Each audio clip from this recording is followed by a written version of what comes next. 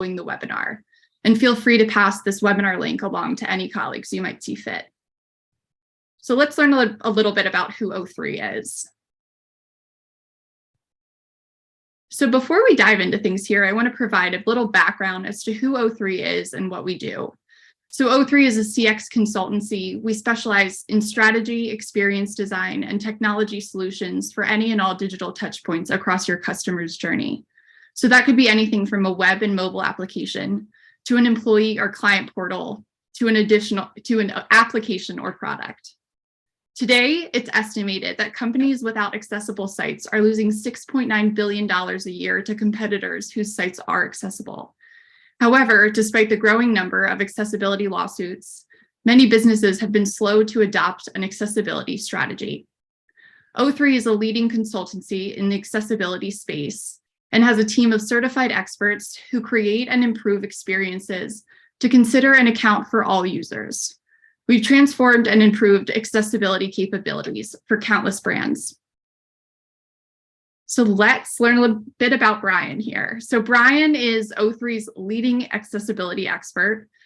Brian has been a major contributor to our core clients, including Vertex, the Institutes, SEI, and many more over the years. He's been a resident accessibility advocate and continually pushes our engineering team to up the standards of code that we create. He's been one of the driving forces of O3's accessibility expertise, ensuring we are a leading consultancy to stay ahead of the curve in the accessibility space. Let's learn a little bit about Acquia. So we're joined by our technology partner, Acquia, as I mentioned. Acquia empowers the world's most ambitious brands to create digital customer experiences that matter.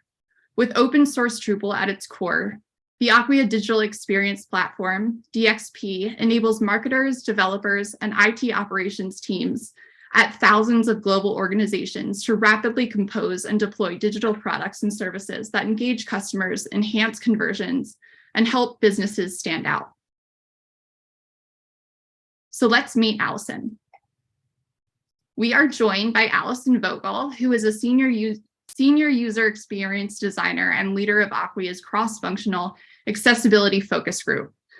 Aimed at unifying Acquia's accessibility strategy, the group focuses on achieving accessible standards across products, marketing materials, internal tools, and communications.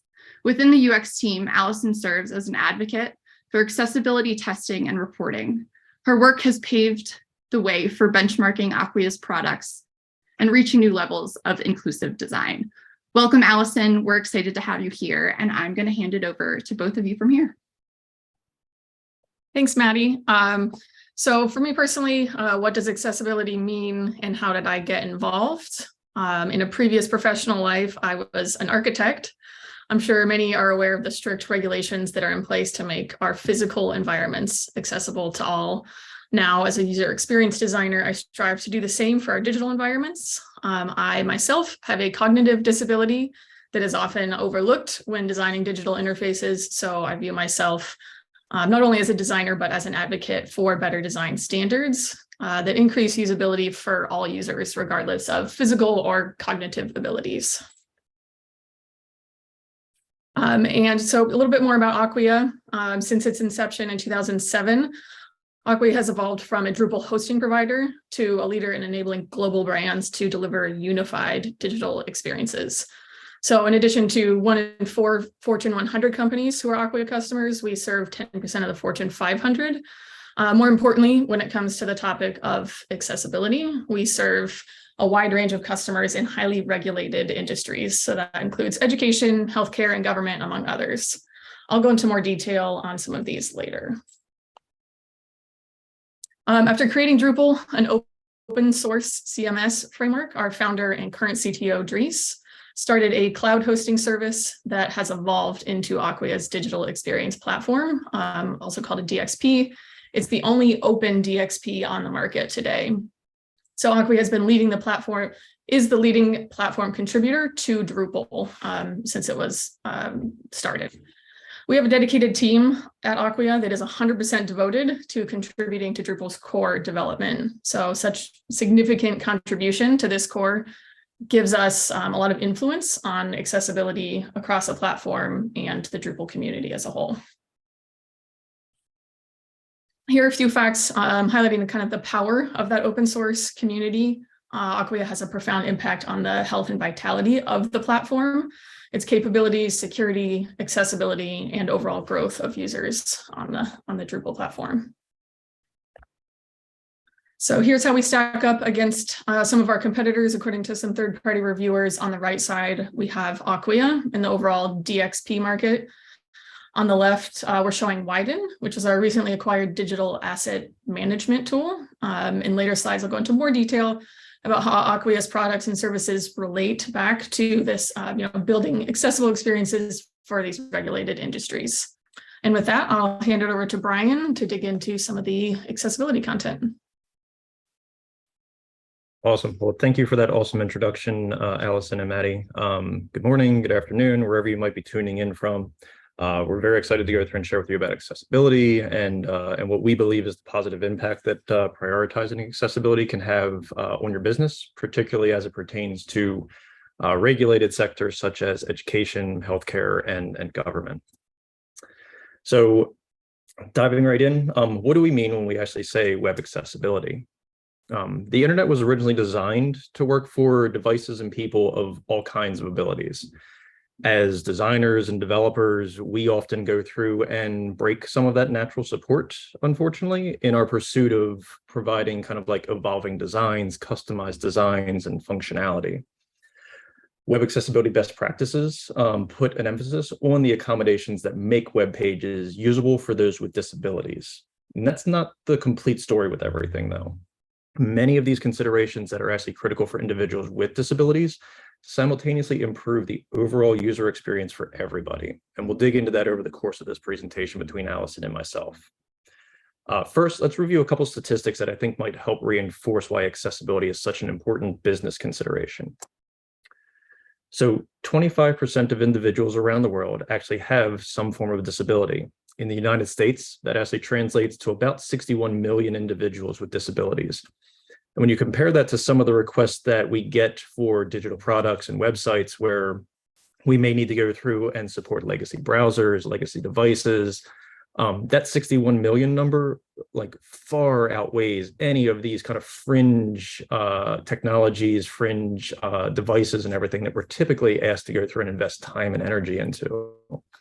In fact, those 61 million individuals is generally larger than most of the minorities in the United States. So we are talking about a very significant group of individuals. 30% of working people actually have some form of disability. And this number shows that a large portion of people that are potentially your coworkers, they could be your clients, may have some type of disability. And this is particularly significant because as the population ages, as you age, as people around you age, many who don't currently exhibit any type of disability can start to experience new disabilities over time.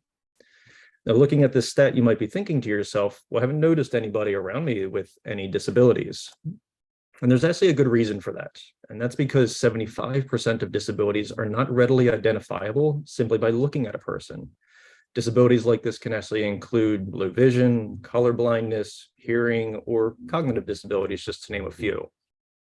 These stats that I've kind of listed out here so far can be impactful on their own, but I think when you look at the business impact, it's even more telling. 71% of individuals with disabilities will abandon a website that's difficult to use. Now, obviously, abandoning a website immediately affects a person's perception of the company because obviously their accommodations are being accounted for as able-bodied individuals. But this lack of accommodation kind of increases the time and effort and puts an undue burden on the individual with disabilities because it is now on them to find an alternate means to address their needs. The need hasn't gone away, and particularly in some of these regulated industries, they may be required to reach out to this particular company, this particular service. It's now on them to go through and find a way to go through and achieve what they need through other means. So with kind of setting that stage, I think it's important that we better understand what we mean when we actually say disabilities. That's going to help us better understand why this is so important to regulated businesses. I think oftentimes when people think of disabilities, you think of things like you see on this slide here, Looking on the left side, maybe a touch disability. You might be missing a limb, or an individual might be blind or could be deaf, or they have a hearing disability. In fact, these types of disabilities all fit within general groupings that include vision, speech, hearing, cognitive, and motor control disabilities. So vision can include such things as being blind or having low vision or color blindness. Speech disabilities, which can actually include having difficulty forming words or not being able to speak at all. Hearing disabilities, such as being deaf or hard of hearing. Cognitive, this is one that is one of the far newer recognized items. This can include people that have attention deficit disorder, ADD, dyslexia, or epilepsy. And then finally, motor control, people who have no use of their hands or limited use of their hands. So at the top of this slide, we've illustrated the same disabilities we saw a couple of slides back. These are what we would actually consider to be permanent disabilities, that individual who is blind or that individual who is deaf.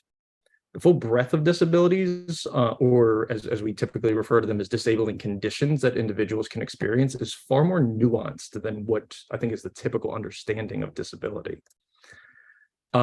Looking at this updated slide, you can actually see maybe somebody has a temporary disability. This could include an individual with an ear infection. So hearing is actually difficult for them for, maybe a few weeks or a couple of months or something like that until their ear is healed. Or it could be an arm injury. I'm going snowboarding next week. I could come back with my arm in a sling. This is a temporary disability that I'm going to experience, hopefully not, but could experience. That is going to last weeks to months for me. It is not permanent. The last category is actually a situational disability. So this could be something that lasts a few minutes to maybe an hour or two or something. This could include a bartender who's in a loud bar, lots of ambient noise making it difficult to hear. Or it could be a new mom walking down the street holding her infant in one hand and trying to use a mobile device with one hand and trying to navigate. So knowing these conditions and kind of the variability of these conditions, it moves this a little bit more from this is a state of permanence to something that any of us can actually experience in some degree at some point, even in our day-to-day travels. All right. So we've dug a little bit deeper into the breadth of disabilities and disabling conditions. Let's look at what our target is for going through and addressing the needs of these conditions. The Web Content Accessibility Guidelines, or the WCAG, you might have heard of this referred to as the WCAG before. This is derived from a set of international standards put together by the W3C Web Accessibility Initiative. This is a global initiative that works specifically on the internet and specifically on accessibility concerns. And these WCAG guidelines aim to establish a single shared standard for making web content more accessible. Here in the US, while the WCAG is not explicitly defined by law as the standard, lawsuits often reference the WCAG as the target for accessibility requirements and remediation. We'll dig a little bit deeper into some of the legal aspects of this as we continue through the presentation. The WCAG itself is broken down into 4 principles, and these principles lay the foundation for anyone looking to engage with web content. These principles from left to right on this slide include perceivable, operable, understandable, and robust. A good mnemonic way of helping to remember this is with the acronym POUR, P-O-U-R. And so I have a couple examples here for these standards on, what does that mean for these to be applied to a website or a product. So if something is perceivable, is the contrast between your text and your background high enough to be legible for all users and specifically for users that might have some type of vision impairment? What does it mean to be operable? Can a user easily navigate your site with only their keyboard? And these are specific examples. The actual standards are a little bit more robust than this, but just some specifics to kind of wrap your head around it. Something to make it understandable, are you using clear and jargon-free language to guide your user, not using really specialized terms that might not be obvious to a standard user? And robust, could someone whose internet speeds are lower than average still complete the primary functions on the page? So you're not required to be in an area that has very fast internet to be able to, complete the task that you came there to achieve. Awesome. Excellent examples, Allison. So taking those examples into account, within the WCAG, there's actually 3 levels of success criteria associated with each of those principles we just outlined. Looking from left to right here, there's single A, which is the minimum level of accessibility support. This is the essential stuff, the must-have, gotta do this kind of stuff. There's double A in the middle of the slide here, highlighted in blue. This is a broader target. It expands on some of those critical items that are a part of A and expands them further with additional optimizations, and is considered to be the ideal support level. And then finally, on the left side here, there's triple A. This is considered the strictest level of support and can include actually some fairly significant design and content considerations. There's really great stuff inside of AAA. It's generally not recommended for broad implementation because of how stringent some of the requirements can be, but there are some really great things you can cherry pick out of it to apply to any accessibility remediation that you're doing. And it's important to remember that these levels actually build on top of one another. So for instance, if you are to be considered AA compliant, this highlighted blue block in the middle, all the applicable success criteria that is under level A and level AA must be met. And as of the time of us giving this presentation here, WCAG version 2.1 AA has really become the prevailing standard to target. It's the standard that we at O3 target with any new projects and with any accessibility audit and remediation projects that we take on. And it's actually where over 75% of federal litigation now actually references that WCAG 2.1 AA standard.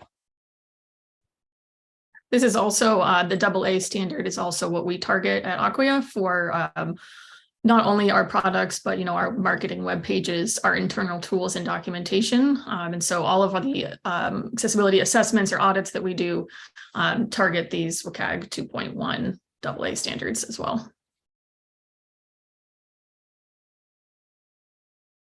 So now we're going to transition into some kind of real world examples of some organizations that are prioritizing accessibility. It's important to understand that as a B2B company, Acquia has kind of 2 layers of accessibility responsibilities. We're not only responsible for making our own products accessible, but we also want to empower our customers to provide an accessible experience for their customers. Here's some examples of a few of our customers and how they were able to achieve their accessibility goals using Acquia's products. Our first example is Princeton University. So they achieved WCAG AA compliance while driving better student outcomes for all the students, powered by Acquia and Drupal's open source community. So they're able to maintain over 280 separate sites by using an accessible platform that they can build off of. So it's kind of that foundation for them. They have reduced their legal risk by minimizing risk of security and compliance incidents with their platform-wide compliance standards. These standards, combined with the application of consistent design patterns that are used across all of their websites and all of the content, are used to enhance their brand reputation as well. The next one we have is Bayer Health. So they obviously represent kind of the healthcare sector, so a regulated industry here. And they had a big success with using a wide range, or they have a wide range of brands, sites, experiences, and customer expectations that all kind of live under their single brand. But by using a common design system as the base for these sites, they could build in accessibility into the code and the design from the ground up. So any new sites, it's already built in. So every additional site can build off of that design system in a way that makes sense for that particular brand. And we'll always include the accessible features built into the core components. And the last one here, so we've covered education and healthcare. Another obvious regulated industry here is going to be government. I would guess that most of us have tried navigating a government website sometime in the recent past and ended up in a complex web or loop of pages that didn't quite get us where we needed to go. The state of Rhode Island used Drupal and Acquia to kind of move the needle for their site and create a better experience for not only their citizens, but also the employees that are tasked with creating and maintaining the various sites that go into kind of a whole government site experience. In the process, they used a tool called Lighthouse to benchmark their site accessibility and ended up with scoring between 96 and 99% on all of their pages. This is a big win for those with specific accessibility needs, as well as a significant improvement for the overall customer experience on that site as well. Excellent. Great examples, Allison. So now that we understand, I think the disabilities that individuals can typically experience and how they apply to the WCAG, and Allison has walked us through some of the work that Acquia is doing to apply these standards to regulated industry. Let's look at a top level as far as how these considerations actually impact businesses. First things first, improving your overall customer experience. So taking accessibility into account from the start of a project results in an experience that not only provides more equal accommodation for individuals with disabilities, but as we touched on earlier, it also produces a better experience for everyone overall. This can include providing an alternative means to read content, watch media such as videos, or listen to audio, interact with different elements on the page. All of these things are critical for individuals with disabilities, but it actually optimizes and provides flexibility for all users. If we were to take a look at a couple of real-world examples, there's a few photos on this screen right now. At the left two here are a photo of a curb cut and a photo of a group of individuals crossing a street. In the physical environment, everybody takes advantage of lower curbs or these curb cuts. This is a feature that is provided specifically for disability access.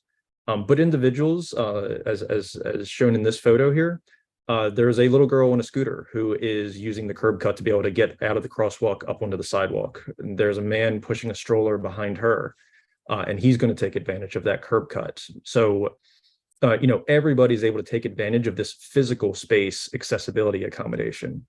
And the same goes for digital environments. These two photos on the right here are a woman on a train and a video with captions. By providing those captions in your videos, you're providing an accessibility accommodation for individuals with hearing impairments. However, you're also providing support for an individual, in this instance, someone who may be in an environment like a noisy train, or maybe somewhere that's super quiet like a library. They're able to go through and still digest this video content without actually having to have the audio on. They're able to go through and read the captions associated with it to still get the content. When we look at some fairly common and now really expected features of digital environments, so you think like zooming in, changing your screen brightness, tabbing between form fields, or using escape to close a window. Many users might not even know that those originated from accessibility needs, but all users benefit from that increased usability. An additional good thing is that accessibility actually overlaps with many other practices that you and your team probably are, or at least should be, already taking into account. With regards to semantic content, your content writers, your developers, respectively, should be writing and displaying content in semantic ways using the proper HTML tags. Improving usability, your user experience team should be making the overall experience as easy and efficient as possible. Mobile optimization, design and development should be taking into account support for various browsers and devices, specifically mobile ones where real estate and touch interactions are a little bit more challenging. And then all of these items follow search engine optimization, SEO best practices. This is something that companies are generally very invested in already, SEO. If your website meets WCAG standards, search engines will promote your site higher in the results, generating more traffic and business overall compared to your competitors. Now, I mentioned a lot of different disciplines on that previous slide: content, UX, user experience, design, development. And there's a general common misconception that accessibility is more of a technical concern, something for the development team to own. And don't get me wrong, there's a lot of responsibilities that do fall to a development team, but it's important to remember that it's the responsibility of everybody to ensure that your digital property is accessible. So this chart that's on the screen right now is a little bit of a waterfall kind of representation of maybe some of the steps of putting a product or putting maybe a feature of a product out in the world. Strategy, design, development, testing, release from left to right. And what this graphic is actually representing is that the later in the process where you start taking accessibility into account, the heavier the lift it is to go through and apply that accessibility update. If you start, if you shift that accessibility discussion left, if you shift any action around accessibility left in this timeline, let's say into strategy and design, it's far easier to go through and identify and remediate these accessibility concerns than it is to go through and address them once you get into development, testing, or release. And this is also how we go through and help maybe reduce a little bit of the misconception that accessibility always takes lots of time. If you are on the back end of that of this scale, then yes, it does take a little bit more time. But if you can start shifting your perspective and addressing things earlier and distributing the responsibility, you can go through and pull back on the need and the efforts to go through and apply it. So extending your market reach. So we learned a little earlier in this presentation about those 61 million individuals with disabilities in the US. And I think what we've learned in particular over the last couple of years, the state of things these last couple of years, equal access to digital experiences, it's a critical tool of modern life. It's not really a novelty. It's not something that you can kind of skim by with. It really is instrumental to everybody's ability to go through and access, navigate, consume content. And then I think you have the added benefit of, if your company is invested in accessibility support, you're going to go through and reach the broadest group of individuals and best serve them. And at Acquia, we have used our accessibility standards and goals to extend our market reach specifically. So when government and education sectors have stringent policies, like we've talked about, on providing accessible tools for their employees. So by conducting accessibility audits and making them available to potential customers, we increase their confidence in our products, in our brand, and yeah, open up the market to those companies or those organizations that require the products they ask their employees to use to be accessible. Another impactful item here is actually your brand reputation. There's an enhancement that you typically experience in your brand reputation associated with this. There's a link included at the bottom of this that was shared by HubSpot, some research that they did that concluded that 9 out of 10 internet users who are blind are actually vocal anti-advocates for companies whose websites aren't accessible. And this isn't really just the individual with disability. This is really kind of the circle of people that are around them, supporting them. So their family, their friends, all of these individuals are making decisions, providing recommendations for services in solidarity with those that require the accessibility considerations. So there is a ripple effect to not going through and providing accessibility considerations that can negatively impact your brand. Now, this enhanced brand reputation can actually lead to better sales, better customer loyalty. And I think knowing this, it should really start to shift our perception that accessibility support is an extra or an add-on, something we can kind of tack on to a project and really shift it into the idea that accessibility is a key aspect of your company identity and how you support your customers. And I think in addition, you get a little bit of the added benefit of, improving and I guess setting a better expectation internally for your diversity and inclusion efforts, which obviously has a positive impact on hiring and employee retention as well. Now, lack of accessibility support itself can affect public perception of your brand, as we've talked about, but it's even worse if litigation is involved or complaints are brought against the company. And that's going to bring us to our final impact point. Reducing your legal risk. Now, at O3, we always note the legal aspect as it relates to the business impact, but we do typically note it last, as we're doing in this presentation here. And that's because in our experience, at least, the threat of possible litigation has not been a great motivator for companies to go through and take action on this. We typically focus on all of these other impact items before having to kind of pull out the legal aspect of things. That's the trump card in the pocket, I guess, if it were. But the litigation part of it, the legal risk is very real, and we'll definitely dig into this a little bit now. So pulling that chart that we looked at previously, that strategy, design, development, testing, release gradient chart, looking back at this, we noted the time and cost of implementing a fix after something has been released is greater than at any point in our timeline. Not only is it more timely and costly to remediate accessibility fixes later in the process, if a lawsuit is brought against your company for lack of accessibility, you now also have the legal fees and any potential settlement fees on top of this cost. So you got to fix it all, but you also now have the fees of going through and basically addressing the fact that you were caught on top of everything. Yeah, I think it's important to clarify that even if your company or your product or your team kind of seems to be in this off-balance situation that's demonstrated by this chart, it's not too late to start shifting.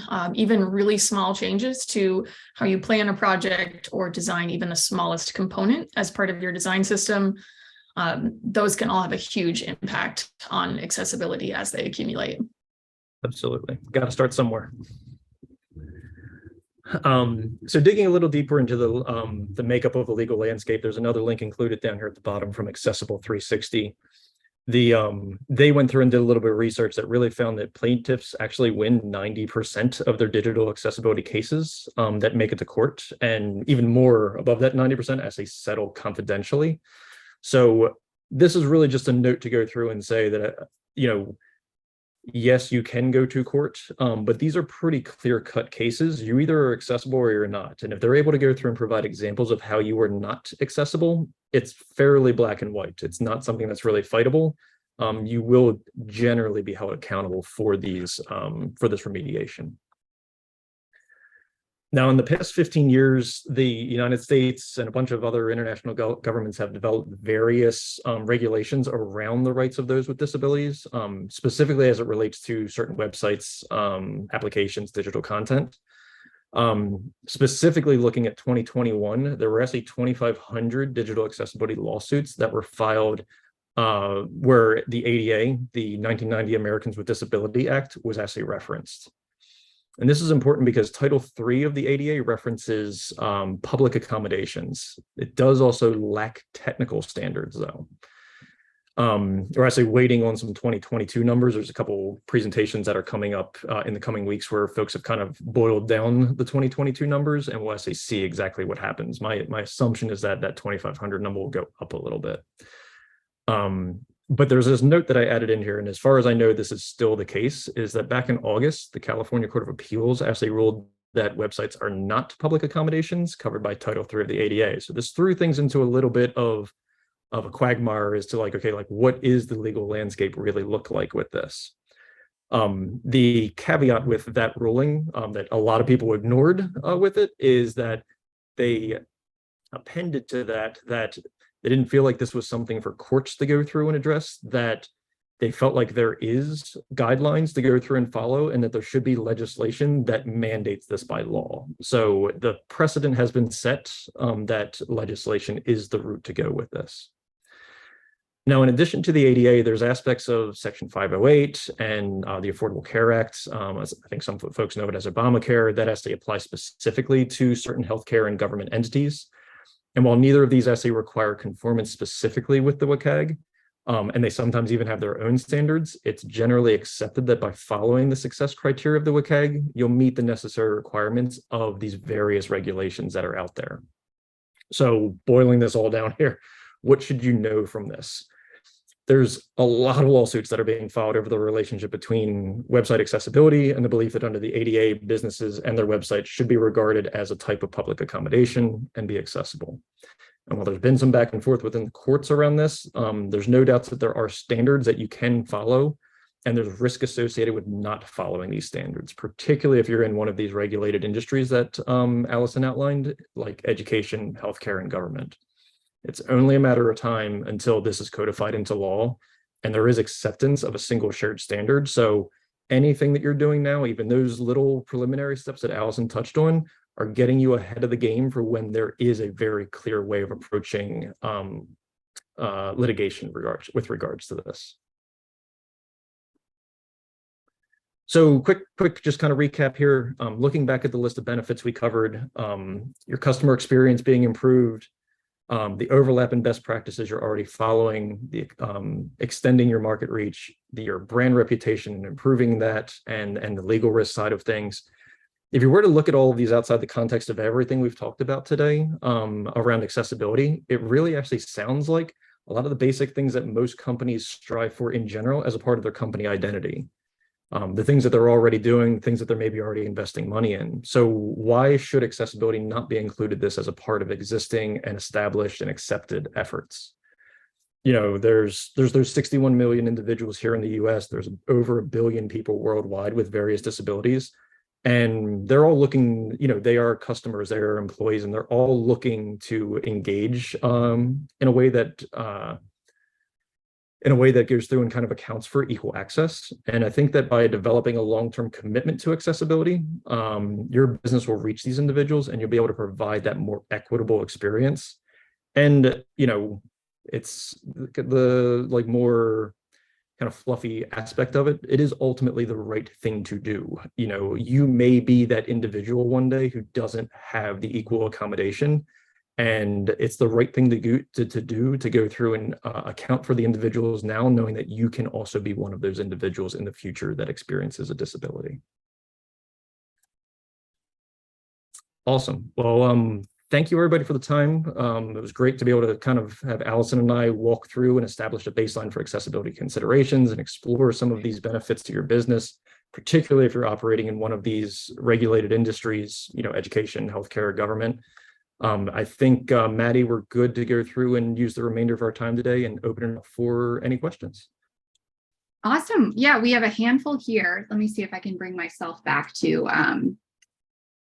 be in the spotlight here. Awesome. Okay, so the first one, should companies in regulated industries be more cautious about using third-party accessibility widgets than other industries? Ooh, it jumped right into the hot button topic for me.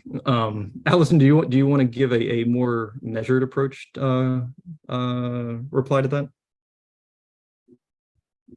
Yeah, sure. I mean, I think you know, as part of these regulations for especially like government sites that might be using these tools, I feel, you know, as part of their process for implementing any tool, they are pretty rigorous with their assessment of them. So I think they already are a little bit more hesitant to just throw something onto their site because they do have regulations about what they need to be providing.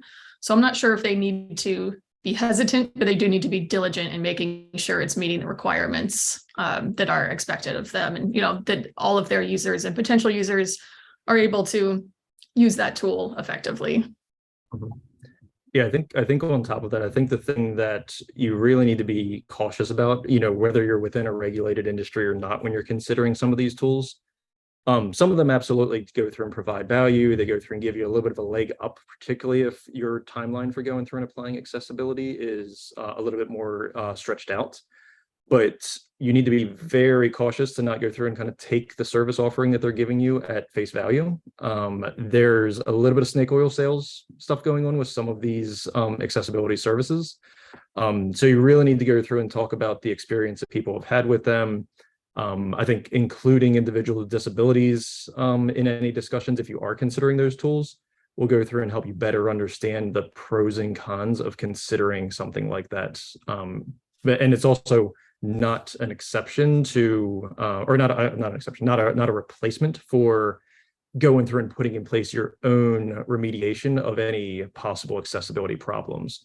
It's basically a stopgap to buy you the time to get the people in place, get the training in place, and start rolling out your own updates and get ahead of everything.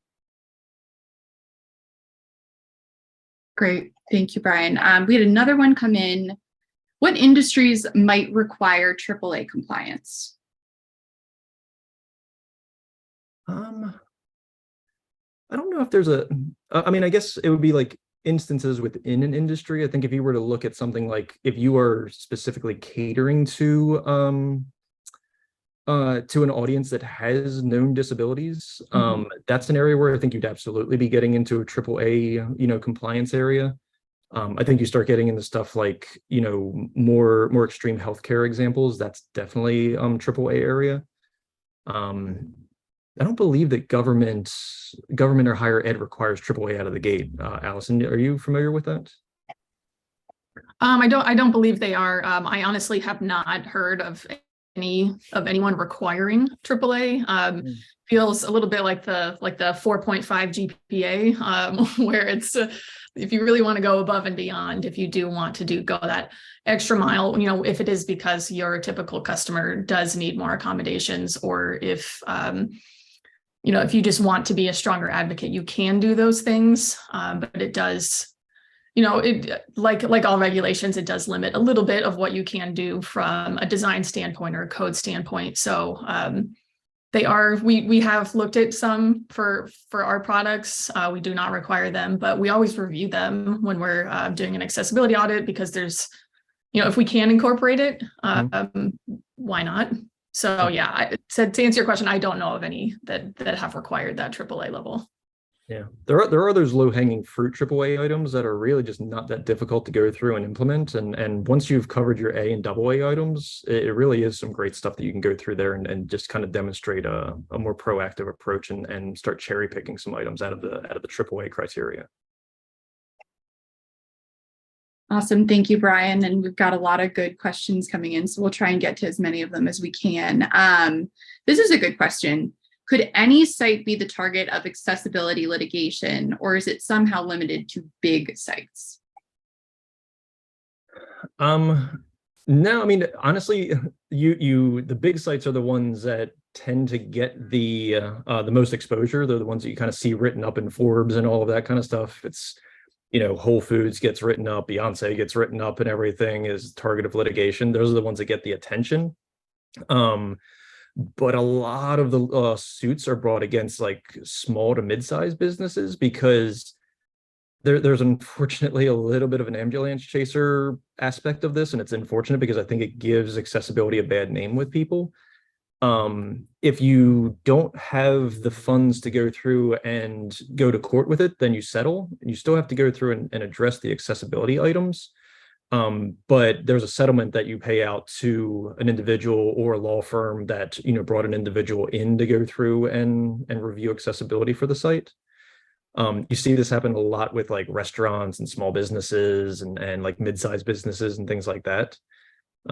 It gives things a bad name, but the truth is nobody's really exempt from it. You just hear about the bigger ones more, but everything is honestly on the table when it comes to this kind of stuff.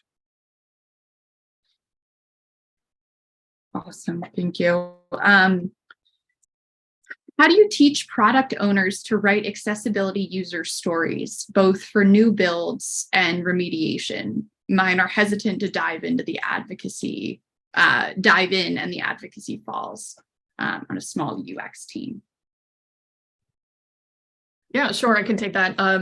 So, we are also a fairly small UX team at Acquia, and we really have been kind of the driving force behind accessibility. It does take a little bit of internal advocacy to get these ideas out there. I think the main strategy that we use is that we emphasize the fact that a lot of these enhancements that we are coming up with solutions for, issues that we're coming up with are going to solve some usability issues on top of the accessibility issues. So it's not just that we need to meet this standard. It's we are trying to increase the user experience for everyone.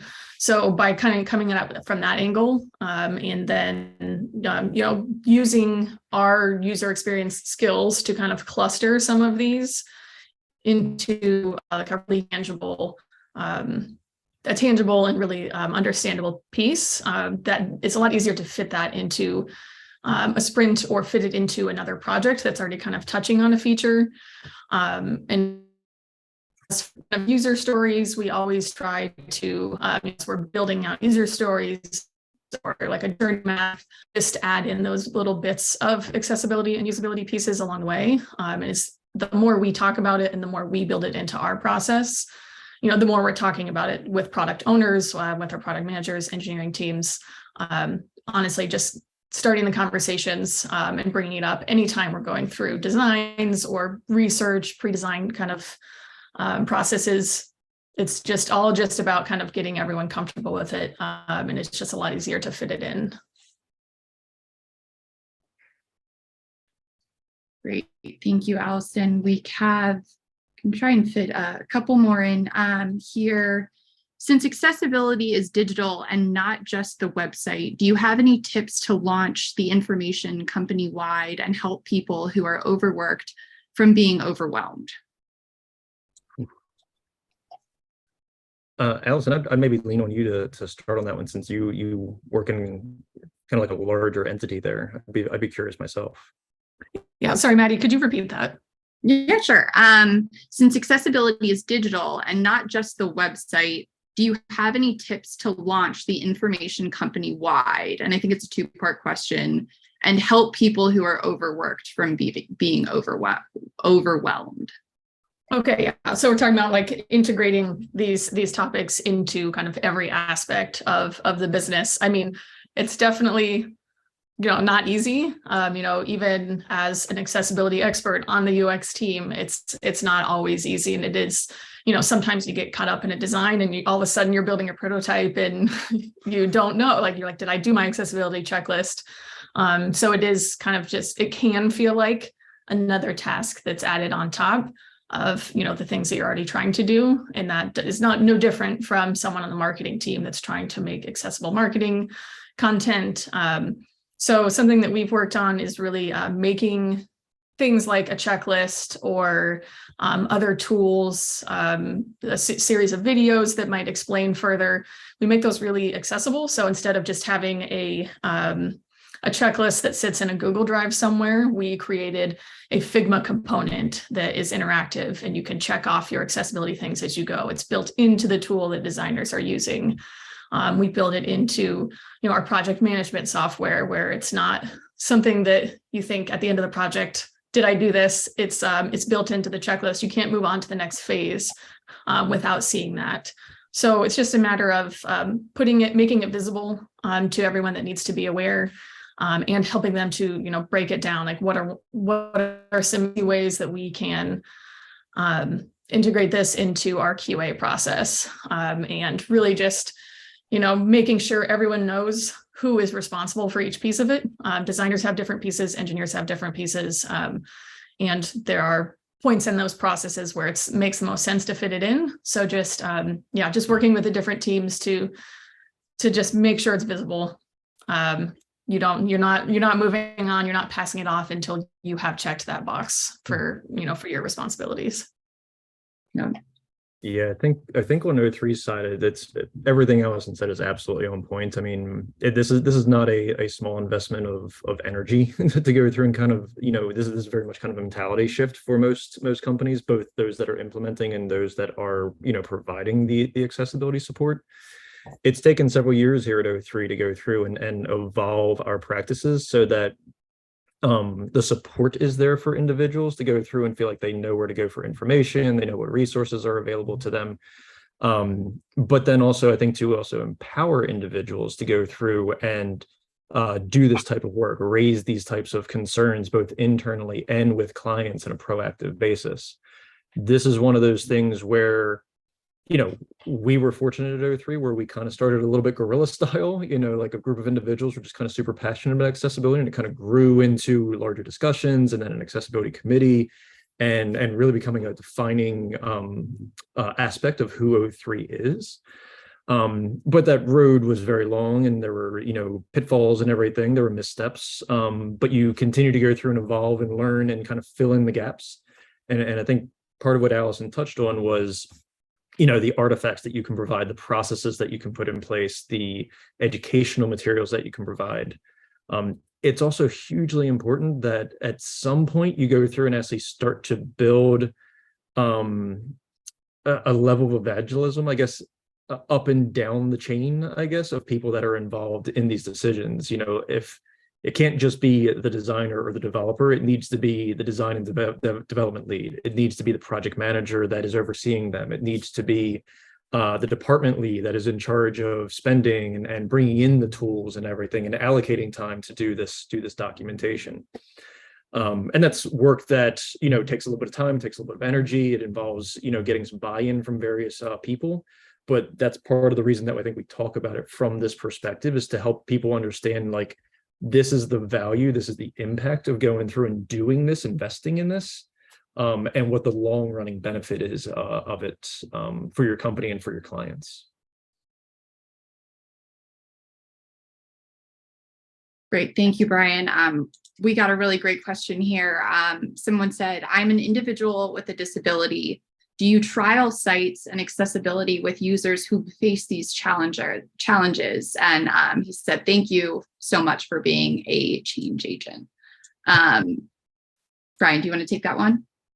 Yeah. So it's a great question. I'm glad that you were able to come in and join the presentation. The reality of agency life is a little bit that, we are kind of in the constant battle to go through and educate our clients of the same information. The clients have their own priorities. We do a lot of accessibility testing, both for our existing clients as well as projects that go through and actually bring in just audit and remediation. So we may not actually be involved in the site other than accessibility review and providing feedback as to like what's going on with the site. We unfortunately have not had as many opportunities as we would like to be able to go through and work directly with users with disabilities and pair them with the client so that they can see both the defects of the site as well as the areas of the site that are excelling with accessibility. It is something that we hope to be able to go through and work a little bit more into our process and be able to make more proactive recommendations with folks, because it is a critical aspect of it. Like, it is really kind of the next step in a more mature accessibility practice, is to be able to go through and include individuals with disabilities. I myself am not, at least that I know of, do not have any disabilities. I have taken a lot of training to go through and try and understand this stuff and be able to provide as much, be as big of an advocate as I can and understand the challenges that come with it. I'll never understand the experience, but I can certainly understand the challenges of it and convey them. But I think for people to really go through and understand it, you do need people with individuals with disabilities involved. Yeah, and I can take kind of the perspective of non-agency. We are working on really specific products that have a really specific user. So we often struggle to find people to help us test our products in general. Just because, it does require a certain level of, knowledge of Drupal and of, site hosting and, or marketing tools. So it's already kind of like our user pool for testing is already really small.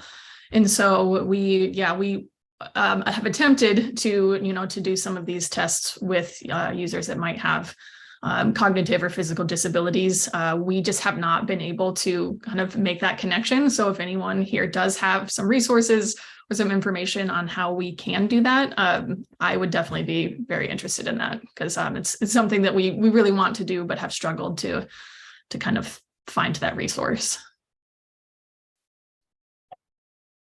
Great. Thank you, Allison. And we have one more.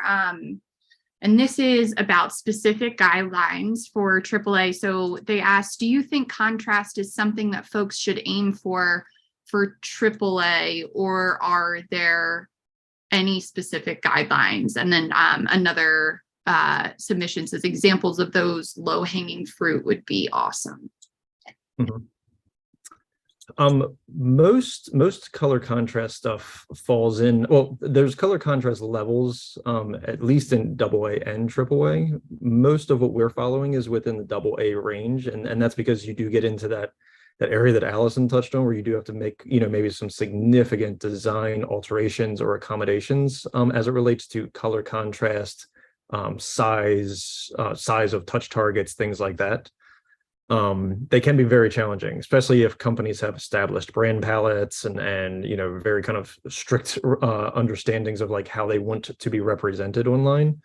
So color is actually one that as an agency, O3 has never actually had to dig into color contrast as it relates to AAA, but it is something we've worked with companies very extensively with for AA support. The challenge of it obviously being that it just requires so much change when most of these companies are well established with their palettes. Some of the things that we're actually working on pulling something in right now with most of our accessibility remediation we're doing is touch target sizing. This is one that actually is a AAA item, and it's basically going through and specifying the size of the area in which you should make clickable, either if you're in touch or mouse click. And this is actually specifically for individuals with a mobility disability or fine motor control disability. And that's one actually that has not really been too challenging to go through and implement, but it's one of those quality of life optimization accessibility items that we can cherry pick out of AAA and apply with AA work that we're already doing. Yeah, I think the color contrast one is one that often comes up as like kind of that first, first pass, like how can we make sure like it's pretty easy to build into your design system. And so that is one of those low-hanging fruit. I think a couple other ones that people maybe don't think about as often are, I can't remember the exact name of the criteria, but essentially when you're describing the next action that someone needs to take, you don't say, hit the blue button to continue. So someone might be using some type of, someone might be colorblind, or they might be using some type of assisted technology that does change their screen. So if you're using that kind of descriptive word, it's not going to be clear for that user. Even saying the button below, you have to think about someone that might be using a screen, text enlarger, and that shifts some things on the screen. It's not going to look exactly like it. So, using something more like, very specific, like the continue button, saying like there's no, there will be no confusion there wherever it's placed. It's not based on the color. So yeah, that's one that we definitely do as kind of that first pass with the contrast. If we're describing something, is it going to be clear to every user? Another one that I think is really important is kind of making sure that on your page, if a user just lands on a single page, they can understand where they are in the context of your site. A lot of times, if you don't have your breadcrumbs at the top, or if the section you're in is not highlighted, there can be a lot of confusion about how they got there, how you can get back. So just making it really clear from a navigation standpoint, how you've arrived somewhere and how you can move on or go back.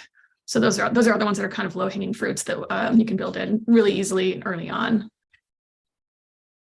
Yeah, that directional language one, Allison, that's a challenging one. It's like harder than you think to go through.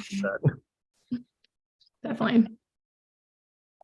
Great. Well, I am just looking at the clock here. I'm going to be cognizant of everyone's time. So you can go ahead to the last slide here, Brian. Just wanted to close this out by saying thank you for registering. Thank you for staying on. If you have any questions, feel free to either reach out to Brian, Allison, and or myself. We are happy and excited to talk more. And if we didn't answer your questions, we'll make sure to get back to you in some capacity. And thank you for joining. This was awesome. Cool. Thank you, everybody.